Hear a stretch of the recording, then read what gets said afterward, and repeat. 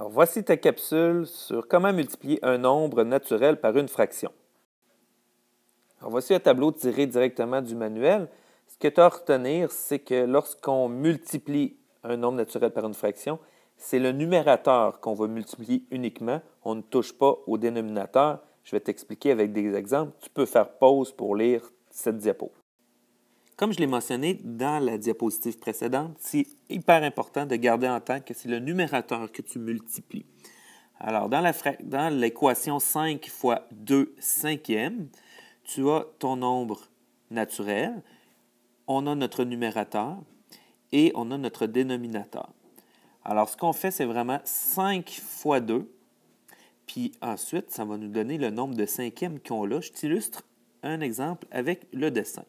Alors, si ici, je me suis mis 5 fois des rectangles, je vais faire 2 cinquièmes pour chacun d'eux. OK? Alors, je vais toutes les séparer là, à peu près ici. Là. OK, je sais, je n'ai pas de règle. On fait semblant que c'est bien droit. Alors, chacun de mes rectangles est séparé en 5. OK? Donc, j'ai 5 morceaux pour chacun de mes rectangles. Et je vais prendre 2 cinquièmes. Donc, ça ici, je le prends 5 fois. Alors, je suis rendu à 2 fois. Voici 3 fois. 4 fois. 5 fois. Et là, bien, des cinquièmes, j'en ai pris combien au total? Alors, si je les compte, 1, 2, 3, 4, 5, 6, 7, 8, 9, 10. Ça reste des cinquièmes. Alors, la réponse à ma multiplication, ça me donne 10 cinquièmes. Donc, j'ai multiplié mon numérateur avec mon nombre naturel qui me donne 10 et ma réponse me donne 10 cinquièmes. Maintenant, une fraction, je t'ai déjà expliqué qu'on avait un nombre en haut avec la barre, avec un nombre en bas. Tu te souviens que je t'ai déjà dit que c'était une division. Alors ça ici, qu'est-ce que ça représente? C'est 10 divisé par 5 et ça me donne 2. Effectivement, si on compte le nombre de parties que j'ai pris, j'en ai 10. Et vois-tu que dans mes deux rectangles des parties, j'en ai aussi 10. Alors, si je reprenais mes parties en vert et que je construisais avec ça des rectangles, je serais capable d'en faire 2 au complet. Alors, si je veux multiplier cette fraction-là ici, vois-tu, c'est écrit 2 cinquièmes de 5. Alors, ça se pourrait des fois qu'on ait des situations de problème où on va dire tu as 2 cinquièmes de 5 $ par exemple. Alors, combien de dollars as-tu? C'est la même chose. OK? Alors, 2 cinquièmes de 5, le 2 veut dire un fois. Ça veut dire exactement la même chose. Alors, tu vas multiplier ton numérateur avec ton nombre naturel. 5 fois 2 donne 10. Ça reste des cinquièmes. Alors, ça donne 10 cinquièmes. Et ensuite, tout ce qui te reste à faire, c'est la division. 10 divisé par 5, ça nous donnerait 2. Donc, dans le cas de mon exemple, ici, ça serait 2 $. Il y a un truc qui existe, on l'appelle le truc de la roue.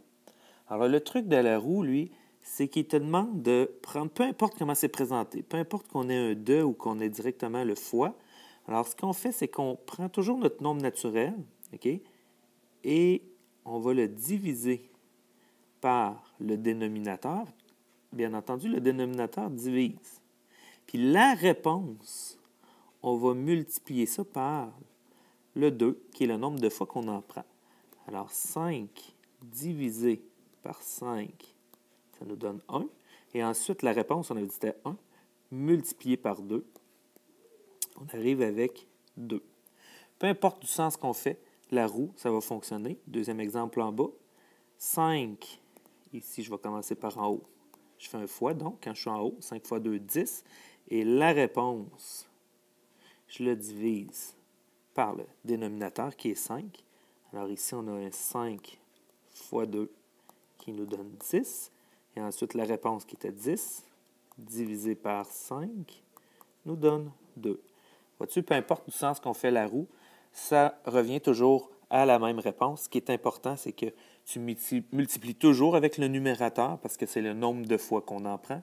Puis tu divises toujours par le dénominateur parce que le dénominateur t'indique le nombre de divisions que tu as dans ton tout. Voici ton résumé. Premièrement, rappelle-toi qu'une multiplication de fractions, c'est une fraction répétée. Très important, on multiplie toujours le nombre naturel avec le numérateur. Le produit de cette multiplication, donc la réponse, c'est ton nouveau numérateur.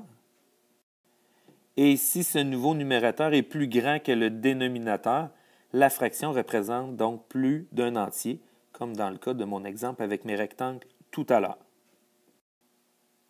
Pour les 6e années, ce que je vais te demander, c'est de me donner toujours ta réponse avec une fraction réduite. Dans le cas de notre fraction 10 cinquième, donc je te demande de me répondre 2. Pour les 5e années, ce n'est pas obligatoire, mais si vous voulez le faire, vous avez probablement compris mes exemples, vous pouvez le faire aussi. Bon travail!